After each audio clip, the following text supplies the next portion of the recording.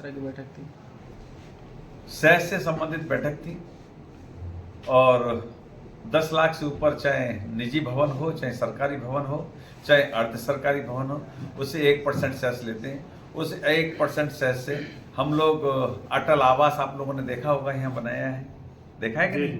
नहीं देखा, देखा है ना। अटल आवास जैसे गरीब लोगों के लिए मूलभूत सुविधाएं हम लोग देते हैं। जैसे गरीबों का बच्चियों की शादी, गरीबों को 60 साल के हो गए तो उनको पेंशन, मतलब चाहे वो काम करते रहें फिर भी हम मजदूरों को पेंशन देते हैं 1000 और 1500। 1000 सामान्य श्रेणी का जो होता है, सामान्य श्रेणी मतलब जो आम मजदूर होता है, और जो कुशल कारीगर होता है उसको 1500 देते हैं।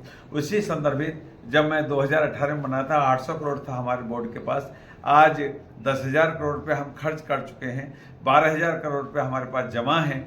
और पहले ही सरकारें, पूर्ववर्ती सरकारें इस धन का दुरुपयोग करती थी, दाएं बाएं खर्च कर लेती थी और अपने लोगों को लाभ पहुंचाती थी। हमने ऐसा नहीं किया। आदरणीय योगी जी के नेतृत्व में योगी जी ने कहा है कि इस धन का सदुपयोग होना चाहिए। जिस दिन से योगी जी की सरकार बनी है उसी दिन से हम लोगों ने तय करके 18 अटल आवास बनाए हैं।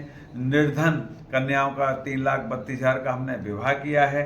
और जब मैं बना था 27 लाख रजिस्टर्ड श्रमिक थे, आज 1,68,00,000 रजिस्टर्ड श्रमिक हैं जिनका वेलफेयर हम देखते हैं। और मेरी मंशा है कि कम से कम 3 करोड़ रजिस्टर्ड श्रमिक होने चाहिए, उनको पूरी सुविधा मिलनी चाहिए। हम पे पैसे की कोई कमी नहीं है, न हमारी सरकार के पास कोई कमी है, न हमारे बोर्ड के पास कमी है। जितना भी धन हम लोग एकत्रित करते हैं तो ये समस्त कार्यदायी संस्थाएं मंडल की बुलाई थी और उसी के आधारित हम जो भी कार्य योजनाएं बनती है उसी के आधारित हमारी सरकार पुनः 37 साल बाद आदरणीय योगी जी के नेतृत्व में बनी है। क्योंकि हमने गरीबों के लाभ पहुंचाया है, गरीबों का भला किया है। वह वोट डालने जाते हैं आदरणीय योगी जी के लिए। ठीक कह रहे हैं आपने, सही। एक हफ्ते बच्चे परेशान रहे, छुट्टी भी कर दी गई। जी, मैंने अभी कहा है, पीडब्ल्यूडी और जल निगम से कहा है इसकी तत्काल कार्य योजना बनाओ। और जो पूर्ववर्ती अधिकारियों ने ऐसा किया है तो वो पूरे उत्तर प्रदेश में एक ही ऐसा विद्यालय है जो कि नीचा बना दिया है। उस कार्य योजना के तहत हम उनको फिर से कुछ न कुछ ऐसी व्यवस्था करेंगे, क्योंकि इंजीनियर्स वगैरह को मैंने आज आदेशित किया है कि वहाँ पर पानी कभी ना भरे।